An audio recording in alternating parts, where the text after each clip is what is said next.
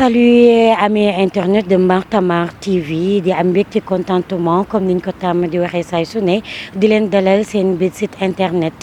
tey nag ñu ngi dalal ndaanaan la ci li muy yëngu mu nekk un journaliste sportif de la RTS basé à la présidence muy ñu gën ko xam ci Pape Birame Bigué Ndiaye ñu ngi lay nuyu. maa ngi leen di fay di leen sant leen gërëm itam ci invitation bi nga xamante ni def ngeen ko di nuyu seen internautes yi nga xamante ne ñu ngi seetaan jamono ji. oui wax leen kan mooy Pape Birame Bigué Ndiaye sa jaar-jaar quoi. alors Pape Birame Bigué Ndiaye ab taskatu xibaar la bu nga xamante ni bi mu amee bac ci lycée Malick Sy de Thiès jaar na université Cheikh Anta Diop de Dakar. xamante ne foofu lañ nekk jamono ji université def naa fi 2 ans première année deuxième année de lettres modernes laata may def concours CESTI dem fële nga xamante ni moo di centre d'études des sciences et techniques de l'information CESTI c'était en 2004 donc ci fàttali rek nekkoon na concours boo xamante ne concours bu sélectif la parce que au départ ñu ngi nekkoon plus de 2000 candidats pour def les tests de présélection après ñu def présélection yi jël 190 bi ñu paree 190 yi ñoom ñoo def concours bi après ñu jël si 18 boobu jamono concours bi c'était international donc ñi nga xamante ne ñooy les étudiants étrangers dañ dee ñëw Sénégal def fi concours bi ngir bokk ci li nga xamante ni moo di école boobu la nga xamante ni c'est la première école de journalisme francophone aujourd'hui en Afrique mu nekk école bu nga xamante ne itam ràññee nañ ko lool ci ay ñi nga xamante ne jaar nañ fa di ay kàngam ci wàllu taskatu xibaar ci wàllum communication itam ñu ràññee si lool ay borom xam-xam donc gannaaw loolu jot naa def stage RTS ci samay début rajo laa tàmbale rajo Sénégal sama première année déjà après première année bi laa def stage rajo Sénégal après bi ma paree stage bi deuxième année bi ñëw programme bi xaw a serré mais à chaque fois jour yi nga xamante ne amu woon cours dama doon ñëw rédaction centrale rajo Sénégal parce que itam ñoom santoon loolu ñu ne ma bul bàyyi rek toog jàpp li nga xamante ne moo di njàng mi foog ngay ñëw di forger wu itam si wàllu tas xibaar ci noonu de fil en aiguille après j'ai eu de très bonnes relations ak ñi nga xamante ne ñoo nekkoon foofu ci rédaction centrale bi mais à la base bi may def concours CESTI c'était pour me spécialiser en télévision donc c'est en deuxième année ngay def ta spécialisation donc après ma spécialisé wu en télé def sama stage de formation à la télévision stage de 3 mois après en troisième année ñu def sunu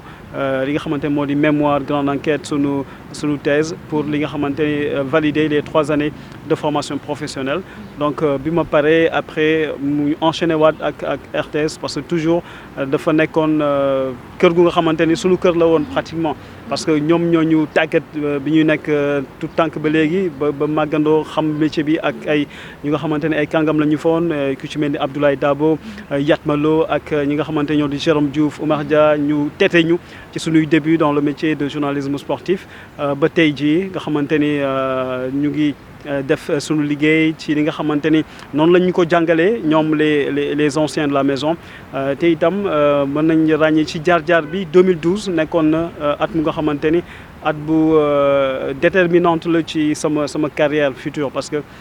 ci atum 2012 la ki nga xamante ni moo di président de la République Macky Sall accédé au pouvoir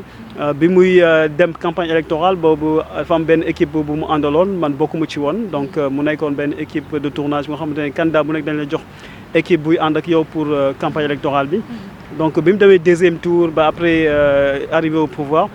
ci la ñu ñëw en renfort pour compléter li nga xamante ne moo di dispositif bi président mettre en place ngir def li nga xamante ne moo di communication bi aju ci wàllu RTS di def li nga xamante ne moo di activité yi nga xamante ni moom lay amal saa su ne parce que itam njiit suñ la falee faaw ngay rendre compte ci li nga xamante ne moom ngay liggéey saa su ne te télévision nationale loolu mooy rôle am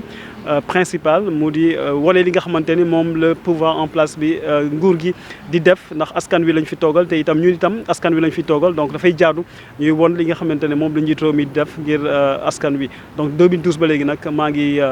en même temps détachement à la présidence nekk RTS di dund sama passion parce que au départ c'était un peu difficile parce que temps bi peut-être jot bi bëriwul woon moo taxoon benn instant dama xawoon jël recul par rapport au sport. Mais depuis quelques années maa ngi amaat beneen tànk au niveau de la rédaction centrale di def ay di bokk ci dispositif de couverture sportive yi nga xamante ne moom la ñuy amal bokk ci desk sport à part entière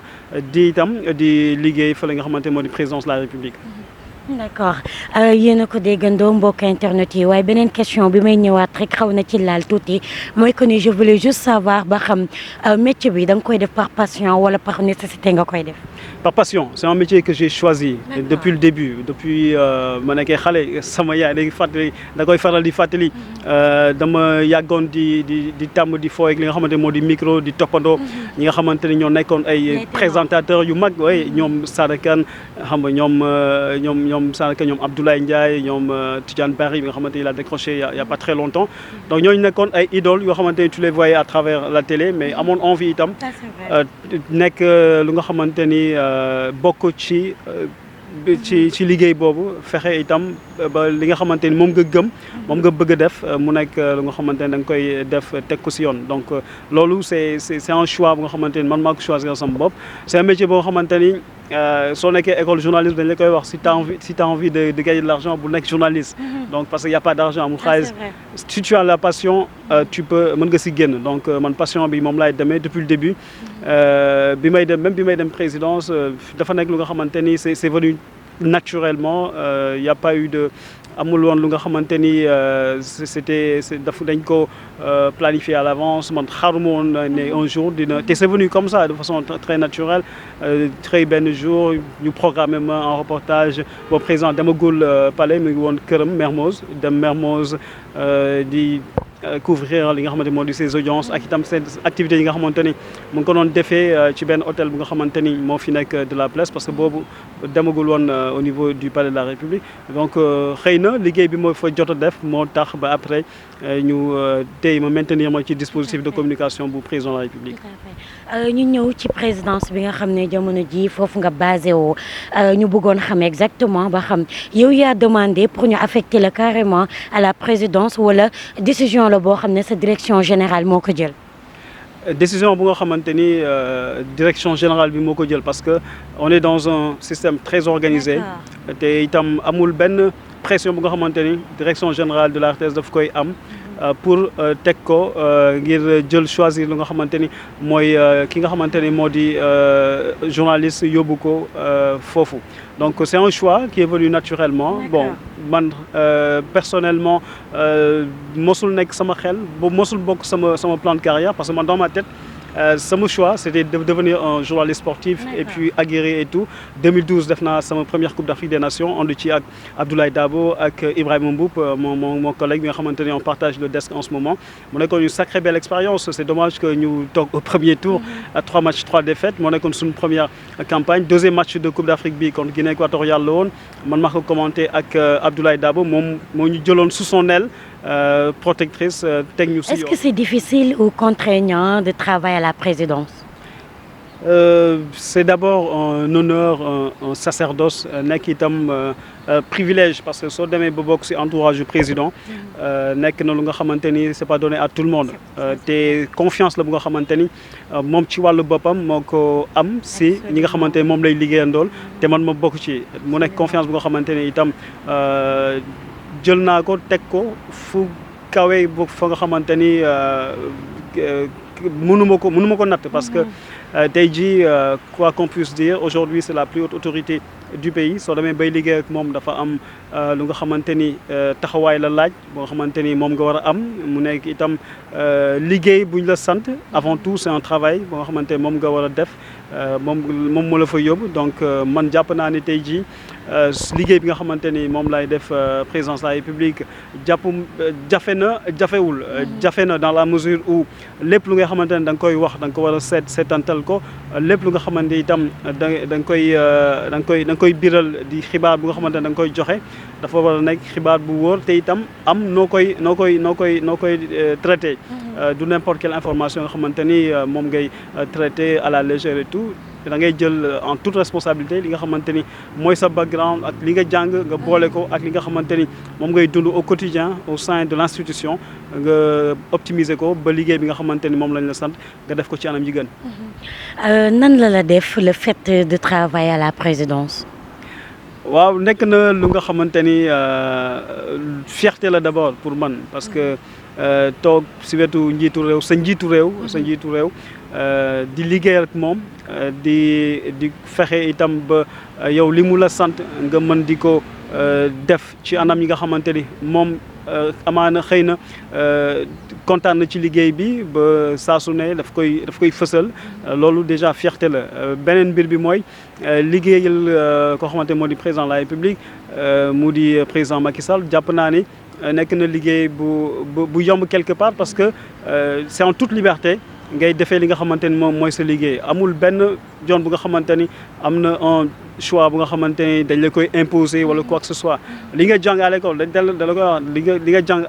école de journalisme moom ngay tari amul leneen lu nga xamante ni da nga ko ciy def subjectivisme et tout après si côté extérieur bi nit ñi mën nañ am beneen regard parce que dañ jàpp ne peut-être RTS nekk na télévision bu nga xamante ni télévision état la télévision bu nga xam dafa far moi je dis non parce que télévision bu nekk dafa am ligne éditoriale am te ligne éditoriale bu RTS tey jii mooy wax naa ko sànq fexe ba li nga xamante ni moom la ñu sant njiitu réew mi président de la République mu tax ñu fal ko ci ab programme bu nga xamante ni tëral na ko wax na ko askan bi ne ko wóolu nañ la ci loolu mu koy doxal jaadu na saa yu ko doxalee ñu mën a xam itam fan la ci toll ak lu mu ci def te yaakaar naa ñun si liggéey boobu lañ nekk suba ngoon guddeeg bëccëg. d'accord xam naa ne mbokk internet Bantamba TV kontaan nañ lool ci gan gi nga xam ne tey moom la ñu dalaloon fii ci seen site internet bi ñu taamu waaye balaa ñuy tëj foog ñu dugg tuuti rek ci sa vie privée un peu rek marié ou célibataire. marié. polygame ou monogame. monogamie. lan moo tax nga signé monogamie. ba du dara parce que dama jàpp ne. tey jii ki nga xamante ni moom la may yàlla booleel jàpp naa ne bi may dugg si moom sama esprit sama xel sama xalaat yëpp mooy màgg ak moom màgget ak moom. moo tax nga choisir signé monogamie yem ci moom képp. oui loolu laa choisir et puis ñu ñaan suñu borom rek mu aar ñu et puis gunge ñu ba li nga xamante ni moom la ñu namm ci sunu njaboot futur. mu mën a nekk lu antu.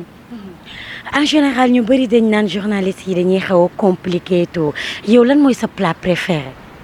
sa plat préféré yaasa poulet. yaasa poulet. waaw. à part yaasa. maafe. ban yaasa poulet ban nga ci tàmm bu nga xam ne dafa am décor yi wala simple. non simple la am soble bi am pomme de terre et puis tranquille. daf ko yëfu séeréer. voilà daf ko yëfu séeréer quoi pas trop d'artifice quoi. D'accord. L'émission tire à sa fin mbokk internet Bantamba TV tey lii lañ leen indiloon mu nekk un journaliste sportif basé à la présidence yaakaar naa ne li mu waxtaan ak yéen neex na leen di leen jox dig daje beneen yoon beneen gox ak beneen i naanaan waaye laata may tëj dama koy bàyyi moom it mu tëj remercier tamit mbokk internet yi nga xam ne ñu ngi toogoon doon ko seetaan. waaw merci d'abord Nabou merci c'est la première fois que ñuy am jotaay bu mel nii kontaan trop ci waxtaan wi. di nuyu ñi nga xamante ni itam ñoo ñu seetaan di nuyu itam ñi nga xamante ni moom laa bokkal liggéey bi nekk ca présidence de la République di ay taskatu xibaar parce que ñetti journaliste lañ la ñoo fa nekk man la Aboubacry Kane ak Oumar Ñing au niveau de la rédaction sportive di nuyu di gërëm itam ñi nga xamante ni ñoo jiite desk bi Ibrahima Mboup ak El Hadji Thierno Dramé ñoo xamante ni même génération lañ nekk ñun ñëpp ku nekk bon day ay ndombantaag lañ lay jox nii rek mais li ñu jàpp ci liggéey bi mooy ñun ñëpp ñoo bokk même niveau on est de la même génération on a été formé dans les mêmes écoles xam nañ li ñu bëgg xam nañ fi ñu jëm xam nañ lu ñuy def donc liggéey bi dafa simple y a pas de ay chef ay kërëb non tout le monde ñëpp ci nekk ci même niveau bi suñuy tëral ay plans de couverture ay dispositifs spéciaux dañuy toog ñëpp waxtaan bokk jotaay bi mooy tax parfois li nga xamante ni moom la ñuy génnee askan wi itam di ko apprécier donc je tenais vraiment à les remercier ci noonu remercier itam Pape Madi Diop moom itam mooy moo uuf njaboot gi moom mooy suñu aîné foofu au niveau de la rédaction centrale ci wàllu tàggat yaram. Merci beaucoup.